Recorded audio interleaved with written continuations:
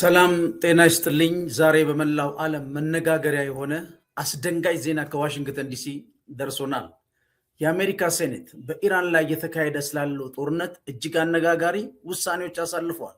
ይህ ውሳኔ በመካከለኛው ምስራቅ ብቻ ሳይሆን በእያንዳንዱ ኪስና በዓለም ኢኮኖሚ ላይ ምን አይነት ተጽዕኖ ያመጣል? ትራምፕስ ጦርነቱን አሸንፌዋለሁ ቢሉም ፔንታጎን ለምን ተጨማሪ ወታደሮችን ላከ? ሁሉንም ዝርዝር መረጃዎች አሁን ይዘንላችሁ ቀርበናል። ቻናላችን ላይክ፣ ሰብስክራይብ ማድረጋችሁን አዘንጉ። የአሜሪካ ኮንግረስ ያሳለፈውን ውሳኔ ምን ማለት እንደሆነ በአንጻራዊነት ለማየት መጀመሪያ እስቲ የስፔኑ ጠቅላይ ሚኒስትር ፔድሮ ሳንቼዝ ረቡዕ ዕለት ለፓርላማ ባደረጉት ንግግር መነሻ እናድርግ። ማድሪድ አሉ የዚህ ግጭት ሰብአዊ፣ ኢኮኖሚያዊና የደህንነት ዋጋ ለመክፈል ሆነ ለመቀበል ፈቃደኛ አይደለችም ብለዋል። ይህ ጦርነት ግዙፍ ስህተት ነው ያሉት ሳንቼዝ ውጤቱም በሰፊው ከሚተቸው የኢራቅ ወረራ እጅግ የላቀ እንደሚሆን አስጠንቅቀዋል። ከሁለት አስርት ዓመታት ጠቅላይ ሚኒስትሩ በፊት ከነበረው ሁኔታ ጋር በማነጻጸር ታሪክ ራሱን እየደገመ መሆኑን ይፋ አድርገዋል። በዚያ ጊዜ አሉ ኢራቅ በኢራን የቀድሞ ፕሬዚደንት ጆርጅ ደብሊው ቡሽ ደግሞ በፕሬዚደንት ዶናልድ ትራምፕ መተካታቸውን ጠቁመዋል። እያጋጠመን ያለው እንደ ኢራቅ ህገወጥ ጦርነት አይነት አይደለም፣ ከዚያ እጅግ የከፋና ተጽዕኖውም በጣም ሰፊና ጥልቅ ነው ሲሉ አውግዘዋል። አያይዘውም ሉዓላዊነቱን ከኢኮኖሚ ጋር አያይዘውታል። ስፔን አሜሪካ አለ በሮታና ሞሮን የሚገኙ ወታደራዊ ካምፖች ለኢራን ዘመቻ ለነዳጅ መሙላትም ጭምር እንዳትጠቀም መከልከሏን አስታውቀዋል። እኛ አሉ በህገወጥ ጦርነቶች ውስጥ መሳተፍ የማንፈልግ ሉዓላዊ ሀገር ነን አሉ። በስፔን ቤተሰቦች ላይ አሉ እየደረሰ ያለውን የኢኮኖሚ ጫና ለማቃለል መንግስታቸው 5 ቢሊዮን ዩሮ ድጋፍ እቅድ አውጥቷል። ይህም እርዳታቸውን የታክስ ነፃ መብታቸውና ለንግድ ድርጅቶች የሚደረጉ ጥበቃዎችን ያካትታል። በመካከለኛው ምስራቅ የሚወድቅ እያንዳንዱ ቦምብ አሁኑኑ እያየነው እንዳለው የቤተሰቦቻችንን ኪስ እያራቆተው ነው ብለዋል ጠቅላይ ሚኒስትሩ። ጠቅላይ ሚኒስትሩ አጽንኦት ሰጥተው የተናገሩት ዓለም አሁን የሚጎላት ነገር ቢኖር ለጥቂቶች ጥቅም ብቻ የሚቆም ሌላ ህገወጥ ትርጉም የለሽ ጨካኝ ጦርነት ከፍታለች። በ2003 የኢራቅ ወረራ ከመጀመሩ በፊት የነበረው መጠነ ሰፊ ጸረ ጦርነት ተቃውሞችን ያስታውሰኛል። ዓለም አቀፍ ህግ በአንድ ወገን እንዲጣስ አይናችን እያየ ፈቅደናል። ያለፈው ስህተት እንዲደገም አይም አላልንም፣ አልተቃወምንም። ባጭሩ ለጦርነቱ ተቃውሟችንን አላሰማንም ሲሉ ንግግራቸውን አጠቃለዋል። ይህ እንግዲህ የኔቶ አባል የሆኑት የስፔን ጠቅላይ ሚኒስትር ነው የተናገሩት። ምን ያህል በአውሮፓው ማህበረሰብ ድጋፍ የሌለው ጦርነት ነው። ከዚህ መነሻ ወስደን የአሜሪካ ኮንግረስስ ምንድን ነው ያደረገው የሚለውን አብረን እንመለከታለን። በሪፐብሊካኖቹ የሚመራው የአሜሪካ ሴኔት ምክር ቤት ፕሬዚደንት ዶናልድ ትራምፕ በኢራን ላይ የከፈቱን ጦርነት ለማስቆም የቀረበውን ውሳኔ በከፍተኛ ድምፅ ይጥለዋል ተብሎ ተገምቶም ነበር። ይህ እንግዲህ በሪፐብሊካን የተያዘው ጉዳይ ፕሬዚደንት ዶናልድ ትራምፕ በኢራን ላይ የከፈቱትን አውዳሚ ህገወጥና ተቀባይነት የሌለው ጦርነት ለማቆም ያለመውን የቀረበን የውሳኔ ሀሳብ ማክሰኞ ምሽት ማታ ውድቅ አድርጎታል። እሱ ብቻ አይደለም። በተመሳሳይ የፔንታጎን አመራር ጦር ፓራትሩፐር በፓራሹት የሚዘሉ ወታደሮች እኛ አየር ወለዶች የምንላቸው ወደ መካከለኛው ምስራቅ እንዲሰማሩም አጽድቋል። እንግዲህ ዋይት ሃውስ አሸንፌያለሁ እያለ በዚህ መልኩ ከፍተኛ ውጥረት በተላበሰ መልኩ ውሳኔዎችን ሊያሳልፍ በቅቷል። በዚህ ስብሰባ ላይ በሴናተር ክሪስ መርፊ የቀረበው የጦርነት ስልጣን ውሳኔ ሐሳብ 47 ለ53 ድምፅ ሳይሳካ ቀርቷል። ግን ከዚህ ቁጥር የምንነሳው ኦልሞስት ግማሽ ለግማሽ ምክር ቤቱ የተከፈለበት ሁኔታ ነው ያለው። ይህ ህግ ቢጸድቅ ኖሮ የአሜሪካ ጦር በኢራን ላይ ከሚያካሂደው የጠላትነት እንቅስቃሴ እንዲወጣ ያስገድድ ነበረ። ግን መቀበሉና ማጽደቁ ምን ማለት ነው ለሚለው ፊተርማን አቋማቸውን እዛ ከነበረው ኮንግረስ ሲናገሩ ምንድን ያሉት? ጦርነቱ እንዲቀጥል በመወሰናችሁ ደሙ በእጃችሁ ላይ አለ ሲሉ ተናግረዋል። የኢኮኖሚም ተጽዕኖ ሲያስረዱ አራተኛ ሳምንቱን የያዘው አሉ የአሜሪካና እስራኤል በኢራን ላይ የከፈቱት ጦርነት ለአሜሪካ ንግድና ቤተሰቦች ዋጋ ንረት፣ ለዓለም አቀፍ የኢኮኖሚ ድቀት፣ በቢሊዮኖች የሚቆጠሩ የግብር ከፋዮች ገንዘብ ብክነት ማሳያ ነው ብለዋል። ስለ ወታደራዊ ስምሪቱን ሲናገሩ ትራምፕ ጦርነቱን አሸንፊያለሁ ብሎ በይፋ ተናግሯል። ሆኖም ግን 2000 የሚያህል የ82ኛው የአየር ወለድ ክፍለ ጦር አባላት ወደ መካከለኛው ምስራቅ እንዲዘምቱ ታዟል። ይህም አሜሪካ በኢራን ላይ የምድር ወረራ ልትፈጽም እንደምትችል ፍንጭ ሰጥቷል ሲሉ እዛው ኮንግረሱ ላይ ተናግረዋል። ስጋታቸውንም አጋርተዋል። የዓለም ሕዝብ በጣም ሲጠብቅ የነበረው ይህ ህገወጥ ጦርነት በመሆኑ ይቆማል የሚል ነበር። ሴናተር ክሪስ መርፊን በበኩላቸው ይህ ጦርነት በቆየ ቁጥር ትክክለኛ እየሆነ አይመጣም ሲሉ ተናግረዋል። ሆኖም ግን የመከላከያ ሚኒስትሩ ፔት ሄግስ ማክሰኞ ዕለት እንደተናገሩት የአሜሪካ ጥቅም እስከተጠበቀ ድረስ ጦርነቱ ይቀጥላል። አስተዳደሩ አብዛኛውን የኢራን ዘይት የሚላክበትን የካርግ ደሴትን ለመያዝ ወይም ለመዝጋት እያሰበ መሆኑን ገልጸዋል። ይሄ ሲጠቃለል ምን ማለት ነው? ከአሁን በኋላ ዶናልድ ትራምፕ ሳይሆን የአሜሪካ መንግስት ይህን ህገወጥ ጦርነት የዓለም አቀፍ ህግን የተጻረረ ጦርነት ተቀብሎ እየተዋጋ ነው ተብሎ ይወሰዳል። ቦተም ላይ ነው እሱ። አሁን እንደ ኒውዮርክ ታይምስ ዘገባ ከሆነ አዲስ የተላከው ጦር የክፍለ ጦሩን አዛዥ ሜጀር ጀነራል ብራንድ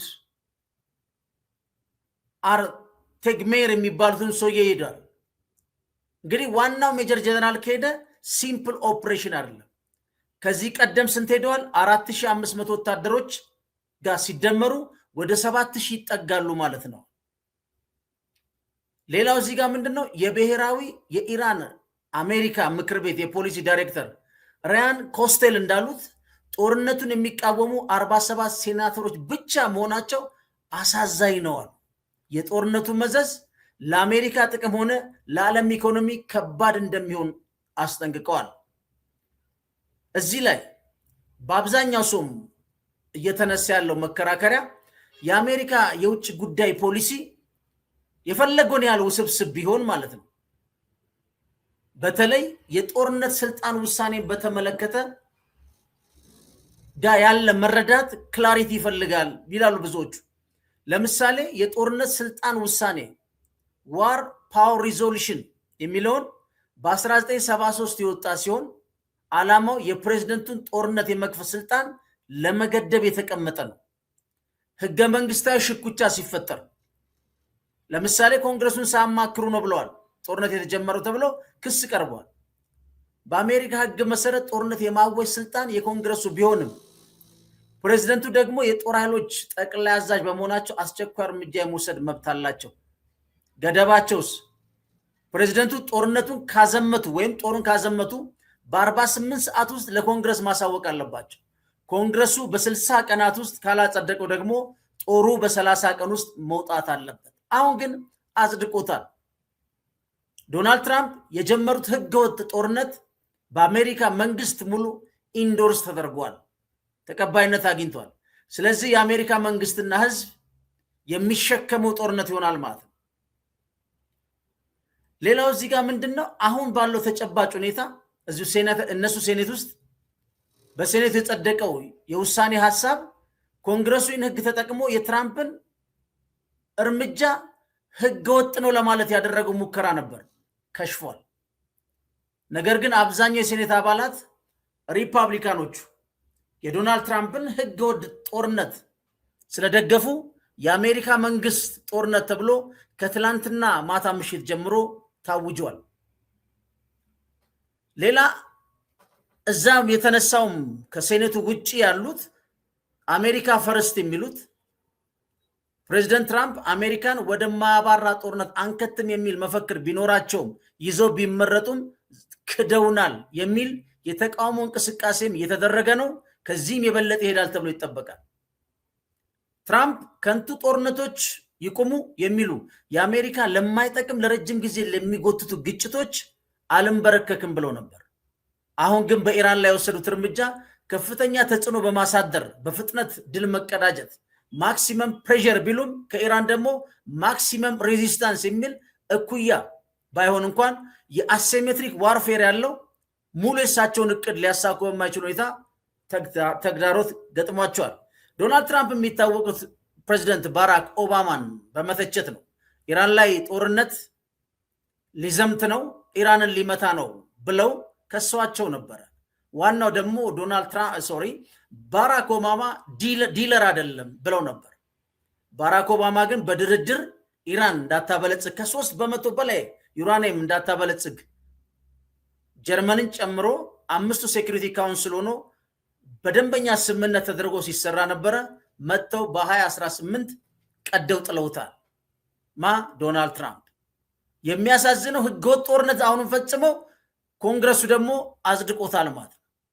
አሁን ዋናው መከላከያው የተናገረው ራሱ የካርግ ደሴትን ስትራቴጂካዊ ጠቀሜታ ስላላት እንይዛለን በፔንታገን አጽድቀናል ነው የሚለው። በኋላ መጣበታለሁ። የሰላም ድርድር ብለዋል። ትላማታም በአደገኛ ቦምብ ኢራንን ሲያርሱ ነው ያመሹት። ይሄ ጠቅላላ የሚያሳየው እንግዲህ ዶናልድ ትራምፕ ምን አይነት ሰው እንደሆኑ ነው። አሁን የነዳጅ የኢራን ቁልፍ የነዳጅ ቦታ ነች። የኢራን 90% ነዳጅ ኤክስፖርት የሚያልፈው በዚህ ደሴት በኩል ነው ይላል መከላከያ ሚኒስትሩ። አሜሪካ ደሴቶታን በመቆጣጠር የኢራንን ገቢ ለሙሉ አደርቃለሁ ባይ ነች። ይህ ግን ዓለም አቀፍ ተጽዕኖ ማለት ነው። ይህ እርምጃ ከተወሰደ በዓለም ገበያ ላይ የነዳጅ ዋጋ በከፍተኛ ሁኔታ ሊያነር እንደሚችል ግልጽ ነው። አሜሪካ ባለፈው ሰርቻላቸዋለሁ ከስትራቴጂክ ኦይል ሪዘርቫ አውጥታለች። ግን ችግሩ ይህን ሲያደርጉ በቻይናና በአውሮፓ ኢኮኖሚ ላይ ቀጥተኛ ተጽዕኖ አለው። በተለይ በቻይና ኢኮኖሚ ላይ ግልጽ የሆነ አርማጌዶን የሆነ ጦርነት ማወጅ ነው የሚሆነው። ቻይና እንዴት ሪስፖንድ ታደርጋለች? በጣም እየተጠበቀ ነው ያለው። በዛ ላይ ሆርሙዝን አስከፍታለሁ ነው። ይሄን ደሴት ሲይዙ ሆርሙዝ ላይ ያለው መጨናነቅ ጃፓን 85፣ ደቡብ ኮሪያ 75፣ ህንድ 60% ኢኮኖሚያቸውን በሆርሙዝ በሚያልፍ ነዳጅ ነው እያሳደጉ ያሉት ወይም እየተጠቀሙ ያሉት። ስለዚህ ይሄ ውሳኔ የብዙ ዓለም አቀፍ ሀገሮችን ፍላጎት ይነካል። የስፔኑን ጠቅላይ ሚኒስትር ቅድም እንዳሉት ማለት ነው። ግን አሁን በዚህ በሴኔት ውስጥ ያለው ማለት በአብላጫ ድምፅ የሚባል አይደለም። 53-47 አብላጫ ድምፅ አይደለም። ሲምፕል ማጆሪቲ ቮት ነው። በቃ 50+1 ያገኘ ያልፋል በሚል ነው ያሳለፉት። ከዛ ከተሰብሳቢ መሃል ማለት ነው። የሚያሳዝነው ግን ድጋፍ የሰጧቸው የሪፐብሊካን ተመራጮች ምንድነው የሚሉ ኮንግረስማኖቹ የዶናልድ ትራምፕ ጠንካራና ለሀገሩ ሟች ነው ብሎ ነው የሚያስቡት። የሚገርመው ነገር ይሄ ነው። በጣም በከፍተኛ ሁኔታ ቆራጥና ደፋር ነው ብለው ነው የሚያስቡት። አሁን እነ ጆን ፊተርማን ያሉ ዲሞክራቶች ምንም እንኳን ዲሞክራት ቢሆኑም ማለት ነው ፊተርማን ለእስራኤል ደህንነት ያላቸው ጽኑ አቋም ከሪፐብሊካኖች ጋር እንዲሰለፉ አድርጓቸዋል የሚል ሪፖርት ወጥቷል። ህገወጥም ቢሆን ማለት ነው። ስለዚህ ይሄ የሚያሳየው የውጭ ጉዳይ ፖሊሲ በቀላሉ በነ ዶናልድ ትራምፕ በኮንግረስማኖቹ ብቻ የሚተው ሳይሆን የሰርድ ፓርቲዎች ፍላጎት እዛ ላይ መንጸባረቁን ብዙ ሪፖርቶች ነው የሚያሳዩት። ግን አሁን ጥያቄው በመካከለኛው ምስራቅ ሰላም አንድምታ ላይ ምን ያመጣል ነው። ይህ ጦርነት ከቀጠለ እሳቸው እንደሚሉት የተተኪ ጦርነቶች መስፋፋት በሊባኖስ፣ በየመን፣ በኢራቅ ያሉ የኢራን ደጋፊ ቡድኖች የአሜሪካንን ይዞታ የማጥቃታቸው ነገር ይሰ ምክንያቱም ኦልሞስት ወደ 45,000 50,000 ሰራዊት ነው ዶናልድ ትራምፕ ያከማቹት። ይሄን ዝም ብሎ ሊያከማቹ አይችሉም። የምድር ውጊያ ሊፈጥሩ ነው። ግን ትልቁ ጥያቄ የተነሳው ምንድነው? ኢራን ከጥቃት ራሷን ለመከላከል በተለይ ይሄን ደሴት ከያዙባት 90% ኤክስፖርት የምታደርገውን ኢት ኢዝ ዘ ራይት ታይም የመጨረሻ የህሉና ነው የሚል ደርሰው ኒኩለር ቦምብን የመስራቱን ሊያጣድፉት፣ ምክንያቱም 60% ያበለጸጉት ነው፣ ያን ሊያሳኩ ይችላሉ የሚል የወታደራዊ ትንተና አለ። ሌላው ግን እዛ ከገባ በኋላ ይሄ አየር ወለድ ኃይሉ ኤግዚት ስትራቴጂው ምንድነው? ሰፕላይ ቼኑን ኢራን መቁረጥ ከቻለች እዛ ደሴት ውስጥ አድርጋ በድሮን እና በእነዚህ ሚሳኤሎች ሙሉ ለሙሉ ብታጠፋቸው ኤግዚት ስትራቴጂው ምንድነው የሚል ከፍተኛ ወታደራዊ ትንተና ተሰጥቷል። ይህንም ግን የዶናልድ ትራምፕ ደጋፊዎች ሊሰሙት የሚችሉት ምንም አይነት ምድራዊ ምክንያት እንደሌለ እየተነገረ ነው ያለው። ግን ከዚህ በላይ ቀጥተኛ ግጭት ሊያመጣ ይችላል የተባለው ግን ምንድነው? አብዛኛው የኢራን ነዳጅ ገዢ ማን ነች? ቻይና ነች። አሜሪካ ሄዳ የካርግ ደሴትን መቆጣጠሯ እንግዲህ በቻይና ኢኮኖሚ ላይ ጦርነት ማወጅ እንደሆነ ይቆጠራል። የቻይና መልስ ነው እየተጠበቀ ያለው። ሩሲያም በዩክሬን ጦርነት ምክንያት ከኢራን ጋር የጠበቀ ወታደራዊ ትብብር ያላት ነች። ኢራን በዚህ ደረጃ በኢኮኖሚ ሊያሽመደምዷት ከመጡ የሩሲያ መልስ ምንድን ነው? እሱም በጉጉት ከሚጠበቁ አንዱ ነው። ሌላው እዚህ ጋር የሚነሳው የ82ኛ አየር ወለድ ክፍለ ጦር በአሜሪካ ጦር ውስጥ ካሉ ክፍለ ጦሮች እጅግ ነው በእርግጥ ጠንካራ የጦር ግንባር ልምድ ያለው ነው። ኦል አሜሪካና ተብሎ ነው ስያሜ ያለው። መቀመጫው እንግዲህ በኖርዝ ካሮላይና ነው የተቀመጠው። ግን በ18 ሰዓት ውስጥ ደርሶ ለወታደራዊ ዝግጅት ብቁ ይሆናል። ወታደሮቹ እንግዲህ በፓራሹት ነው ከጠላት መስመር ጀርባ በማረፍ ስልታዊ ቦታዎችን፣ አየር ማረፊያዎችን፣ ወደቦችን የመያዝ ነው። በጣም ኢራን ትልቅ ነች። ዶናልድ ትራምፕ ቢለው 60% የበለጸገውን ዩራኒየም የምንፈልገው ነው የሚለው ዶናልድ ትራምፕ። ያም ሽፋን ነው። ግን የቱ ጋር አየር ወለዱ የቱ ጋር ወታደሩ አርፎ እንደሚይዞ ግን ማንም የሚያውቅ ነገር የለም። ግን አደገኛ ሰራዊት ነው። ብዙ ታሪኮች ያሉት ሰራዊት ነው። ቀላል አይደለም። አሁን 2000 ናቸው። እንግዲህ ጀነራል ዋና ሜጀር ጀነራሉ አብሮ ይሄዳል። ስለዚህ አየር ወለድ ብዙን ጊዜ የሚላከው እንግዲህ የምድር ጦር ከመግባቱ በፊት መንገዱን ለመጥረግ ነው። እግረኛው ከመምጣቱ በፊት ከጠላት ጀርባ ሆኖ መንገድ መጥረግ ነው። ስለዚህ ይሄን አየር ወለድ ከተላከ ወደ መሬት ቀጥታ ወይም ግራውንድ ኢንቬዥን የምድር ወረራ እንደሚኖር ምንም ጥርጥር የለውም። ኢራኖችም እየጠበቅናችሁ ነው የሚል 40 ዓመት ስንጠብቃችሁ ነበር፣ እናውቃለን በምድርም እንደምትመጡ የሚል ምላሽ ሰልተዋል። እዚህ ጋር አሁን ስልታዊ ቁጥጥሩ ምንድነው? ይሄ ሚሊተሪ ምንድነው የሚያደርገው የሚልም ክርክር አንስተው ነበር። እንግዲህ የኢራን የባህር ዳርቻዎች ለመቆጣጠር ካሰቡም እነዚህ ወታደሮች ከሰማይ መውረድ ቦታዎችን መቆጣጠር ስራ ይሰራሉ ማለት ነው።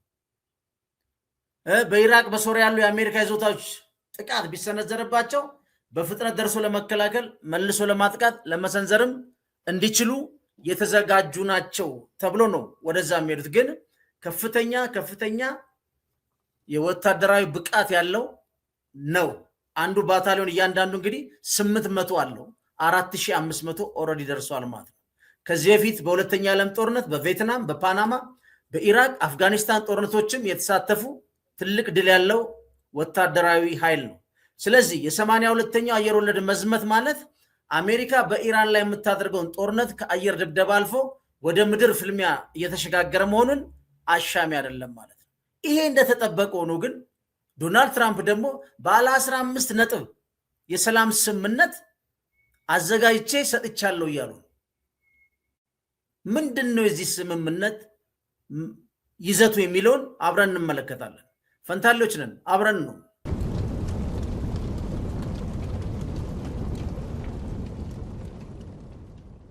የአሜሪካ መንግስት ነው ምናምን ዶናልድ ትራምፕ አንልም። ኮንግረሱ አሁን ተቀብሎታል። የአሜሪካ መንግስት ለኢራን ያቀረበው እንግዲህ ባለ 15 ነጥብ የተኩስ አቁም የሰላም እቅድ በጣም ገራሚ ነው። ምንድነው ገራሚ ማለት? ያው መጋቢት 25 ቀን 2026 ነው በመካከለኛው ምስራቅ ያለው ጂኦፖለቲካ ሁኔታ ከፍተኛ ለውጥ አሳይቷል። ሁለቱም ስለ ሰላም ያወራሉ። ግን አጤናዋለሁ ብትል ኢራንም እሷም ትመታለች፣ እስራኤልም ትመታለች፣ አሜሪካም ትመታለች። የቆመ ነገር የለም። በዚህ ነጥብ ላይ ግን ያለው ምንድነው? እቅዱ የቀረበው በመደበኛ የሰላም ድርድር ለማስተናገድ ፈቃደኛነቷን በገለጸች ፓኪስታን ነች። አሁን ምንም እንኳን በዝርዝር የወጣ ሰነድ ባይኖርም እንግዲህ ኒውዮርክ ታይምስ እና አሶሲየትድ ፕሬስ ናቸው ይህን መረጃ ይዘው የወጡት። አንደኛ አሁን የኒኩለር ትጥቅ መፍታት ነው። ኢራን ያሏትን የኒኩለር አቅሞች በሙሉ እንድታስወግድ፣ ዩራኒየም ማበልጸግ እንድታቆምና የኒኩለር መሳሪያ ላለመስራት ቋሚ ቃል እንድትገባ ይላል። ሁለተኛው የቀጠናውን ውጥረት መቀነስ ነው። ኢራን በቀጠናው ለሚገኙ ተላላኪ ቡድኖች ፕሮክሲ እንደማለት ነው የምታደርገው የገንዘብና የጦር መሳሪያ ድጋፍ እንድታቆም የቀረበ ጥያቄ ነው። ሶስተኛው የባህር ላይ ደህንነት፣ የዓለም አቀፍ የነዳጅና የማዳበሪያ አቅርቦት ፍሰትን ለማረጋገጥ የሆርሙዝ የባህር ወሽመጥ ነፃ የባህር ቀጠና እንዲሆን ማድረግ ነው። በነገራችን ላይ ኢራን ጊፍት ሰጥታኛለች ሲሉ ሰምታችሁ አይደለም? 95-5 ይሄ ሆርሙዝን አሜሪካና ኢራን ለማስተዳደር ስዊዘርላንድ ውስጥ እንደተስማሙ መረጃዎች አሉ። ግን በሁለቱም መንግስት የተረጋገጠ አይደለም። ሌላው ከአሜሪካ የሚሰጡ ማበረታቻዎች ምንድን ናቸው? በምላሽ ዋሽንግተን ሙሉ የኢኮኖሚ ማዕቀቦችን እንደምታነሳ፣ በቡሸር ለሚገኘው ሲቪል ኒኩለር ኢነርጂ ፕሮጀክት ድጋፍ እንደምታደርግና የተባበሩት መንግስታት ድንገተኛ ማዕቀብ ዘዴን እንደምታስወገድላት ቃል ገብተዋል። ግን የ30 ቀን የጊዜ ገደብ ጠይቀዋል። እነዚህ ውሎች ለማጠናቀቅ አሜሪካ ለ1 ወር የሚቆይ አስቸኳይ ጊዜ ሀሳብ ወይም ፍቃድ እንድታገኝ ጠይቃለች። ይሄ በዶናልድ ትራምፕ ባህሪ በየትኛውም መልኩ ኢራኖች ሊቀበሉት የማይችል ነው። ግን እነሱ ምን አሉ? አይ አሜሪካ ምናልባት ብቻዋን እየተደራደረች ነው ብለዋል። ይሄ ነው አንደኛ። ይሄ ሁሉ እየተናገሩ ዶናልድ ትራምፕ ማለት ነው። የጦር ኃይል ስምሪቱን ስታዩት ፔንታጎን አሁን 1000 የሚሆኑ 2000 የ82ኛ አየር ወለድ ክፍለ ጦር ወታደሮችና 2 የባህር ኃይል ክፍሎች በድምሩ 5 ማሪኖች ወደ ቀጠናው እያሰማሩ ነው ዶናልድ ትራምፕ ይህን ስምምነት እያመጡ። ስለዚህ አጠቃላይ አሜሪካ ወታደራዊ ኃይል ወደ 50 ሺህ ይጠጋል። በዚህ ላይ እንዴት ብላ ነው ኢራን የምትመጣ ነው? ሌላው ቀጣይነት ያላቸው ጥቃቶችን የሰላም ጥያቄው በቀረበበት ወቅት እንኳን የኢራን ኃይሎች በእስራኤልና በባህረ ሰላጤው ላይ ጥቃት ሰንዝረዋል። አሁን የኩዌት ዓለም አቀፍ አውሮፕላን ማረፊያ ላይ ከፍተኛ እሳት በድሮን እየነደደ ነው። የኢራንን ምላሽ ብትመለከቱት የቴህራን ወታደራዊ ቃል አቀባይ አሜሪካ ከራሷ ጋር ነው የምትደራደረው በማለት ነው የቀረበውን ሀሳብ ያጣጣሉት። ስለዚህ ይሄ በተለይ ከዶናልድ ትራምፕ አንጻር ስታዩት በጣም ከባድ ነው። ኢቭን አደራዳሪዎቹ ተቸግረናል ብለዋል። ፓኪስታንና ግብፅም ተቀላቅላለች። በነገራችን ላይ አሁን ፓኪስታን ከሁለቱ ወገኖች ጋር ያላት ግንኙነት ለድርድሩ ወሳኝ ቢሆንም መደበኛ አስተናጋጅነት ፓኪስታን አሁን በተባለው 15 ነጥብ የሰላም እቅድ ላይ ለኢራን በማድረስ ረገድ ቀዳሚ ሚና ተጫውታለች። በእርግጥ ውይይቶቹም በእስላማባድ እንዲደረጉ ፈቃደኛ ነች። ዋና ፍላጎቷ የፓኪስታን ደግሞ ፓኪስታንና ኢራን በብዙ ሺህ ኪሎ ሜትር ድንበር ስለሚጋሩ ኢራን ላይ ያለው ማናቸውም እንደኛ ወደኛም ዶሚኖ ኢፌክት አይነት ይመጣብናል የሚል ከፍተኛ ስጋት፣ በተለይ ደግሞ የስደተኞች መፈናቀል ስጋት አለ። አሁን ከአፍጋኒስታን የተፈናቀሉ ወደ 7 ሚሊዮን የሚሆኑ ኢራን ውስጥ አሉ። አንዱ ራሱ ሞሳድ ከመለመላቸው እዛ አሜሪካ ታሊባንን መታለው ብላ በገባይ ሰዓት ከነሱ ጋር ይሰሩ የነበሩትን እንደ ኦርዲናሪ ሰው አስገብተው የጀነራል ቤቶችን በእግር የሚደረጉት ስለላ በአፍጋኖች እንደሰሩ ብዙ መረጃዎች አሉ። ሌላው ምንድነው? ፓኪስታንን ስታደራድር በውስጠ ታዋቂ የሳውዲ የቱርክና የፓኪስታን ስምምነት የሚባል አለ፣ ኢስላሚክ ናቶ የሚሉት። ሳውዲም በውስጡ የሰላም ፍላጎት እንዳላት ያሳያል። ምክንያቱም የመከላከያ ስምምነት ስላላቸው ከሳውዲ አረቢያ ጋር ፓኪስታን ዘላ እዚህ ውስጥ አትገባ። ስለዚህ የገልፉ ሀገራትም በሳውዲ አረቢያ ጀርባ ላይ ሆኖ ወደ ሰላም ስምምነት እንዲመጣ ይፈልጋሉ ማለት ነው። ግብፅም ፈርታ ለምን ተቀላቀለች ነው። ግብፅም የራሷ ኢንተረስት አላት። የቀይ ባህር ደህንነት አላት። የስዊዝ ካናልን በተመለከተ ጠቡ ወደዛ እንዳይስፋፋ የመኖቹ ሁቲዎቹ ይህን ስጋት እንዳይፈጥሩ ስጋት አላት። ከአሜሪካም ጋር ያላት የመከላከያ ስምምነት አለ፣ የጸጥታ መረጃ መለዋወጥ አለ። ግን ይህን ሁሉ እየጣሩ ምን ገጠማቸው ነው ችግሩ። የአሜሪካ አሁን ወቅታዊ ወታደራዊ ግንባታ አስደንግጧቸዋል። አሜሪካ ሰላም ስምምነት እያለ ተጨማሪ የቀጠናው ላይ ሰራዊት እያሰፈረች ነው። የአደራዳሪዎቹ ስራ ከባድ አድርጎታል። ኢራን በጠበንጃ አፈሙዝ አንደራደርም የሚል ለምን ከፍተኛ ወታደራዊ ግንባታ እያደረጉ የሰላም ስምምነት ወረቀት ማምጣት ካልፈረምሽ በከበብኩት አጠፋሻለሁ የሚል ይሄ ማይሞከር ነው። የሰላም ስምምነት ያለው ኃይል ይቀንሳል እንጂ ኃይል አይጨምርም ነው። ዶናልድ ትራምፕ ግን ማክሲመም ፕሬዠር በማድረግ ከፍተኛ ጫና ውስጥ በመክተት ፍላጎቴን አስፈጽማለሁ ብሎ ያምኖ ነበር። አሁን ግን የአሜሪካ መንግስት ያምናል፣ ኮንግረሱ ኢንዶርስ አድርጎታል። ሌላው የኢራን የአመራር ክፍተትም አንዱ ነው። አያቶላ ሀመኒ ከሞቱ በኋላ ሹክቻዎች፣ አደራዳሪዎች እውነተኛ ውሳኔ ሰጪ ማን ነው የሚል ጥርጣሬ ያላቸው ነው ዶናልድ ትራምፕ። ኢቭን አገሪቷን ማን እንደሚመራ አናቅም እያሉ ነው። ኤግዛክትሊ ማንን ውሳኔ የሚሰጠው ከማጋ ነው የምናወራው የሚለውን ለአደራዳሪዎቹ ራሱ ሌላ ችግር ውስጥ ከቷቸዋል። ግን በአጠቃላይ ሲታይ በተለይ ድርድሩ ጉዳይ ኢራን ከዚህ በፊት ፈቃደኛ የነበረችበት ነው። አዲስ ነገር የለም እዚህ ላይ። ቢያንስ ግን 3% የማበልጸግ በነ ኦባማ ጊዜ የነበረን ስምምነት እሱን ሁሉ ምን የሚያደርግ ነው የሚያስወጣ ነው። ኢራን ዶናልድ ትራምፕ ባረጉባት ጫና ከ3% ምክንያቱም ስምምነቱን ቀደው ሲጥሉት እስከ 60% አብልጽገዋል። አሁን ይህ 60% እስከ 90% ድረስ የበለጸገ ዩራኒየም በጣም ውጤታማ በሆኑ የኒኩለር ሳይንቲስቶች ቦምብ መሆን የሚችል ነው። ስለዚህ ይሄን ሙሉ ለሙሉ እሱ ልታስወግድ ትችላለች። አንድም ነገር አፍርሺ ማበልጸግ አትችይም የሚለው ጉዳይ ግን ኢራኖች ሊቀበሉት የሚችሉ ጉዳይ አይደለም። አሁን ግን ካለው ተጨባጭ ሁኔታ አሜሪካንን አምነው የኒኩለር ፕሮጀክታቸውን ይፈታሉ የሚባለውም እሱ ራሱ በጣም አጠራጣሪ ነው። ምክንያቱም የዶናልድ ትራምፕ የሄደበት እርቀት ቢሳካለት አያቶላው እንደገደለ ያለውንም መንግስት ቀይሮ ወደ ሌላ የሚሄድበት ስቴፕ ስላየ በተለይ ኢስላሚክ ጋርዱ የዶናልድ ትራምፕን ማናቸውም ነገር አይስማ። እንደውም እንደሚሉት ከምክትሉ ጋር ነው የምንደራደረው ከሱ ጋር እንደራደርም የሚሉ ጀነራሎች ሁሉ አሉ። እሱን አይተነዋል 2 ጊዜ የሚሉ ማለት። በአጠቃላይ አሁን ያለው ተጨባጭ ሁኔታ ይሄ ነው። ዶናልድ ትራምፕ 15 ነጥብ ብለዋል። ኢራኖች ደግሞ አይ ብቻውን እየተደራደረ ካልሆነ እኛ አላየንም ምናውቀው የለም ብለዋል። ስለዚህ ያለው አፕዴት ነው፣ እየተከታተልን እናቀርባለን። ፈንታሌዎች ነን። ቻናላችን ላይክ፣ ሰብስክራይብ ማድረጋችሁን አዘንጉ። ቻው።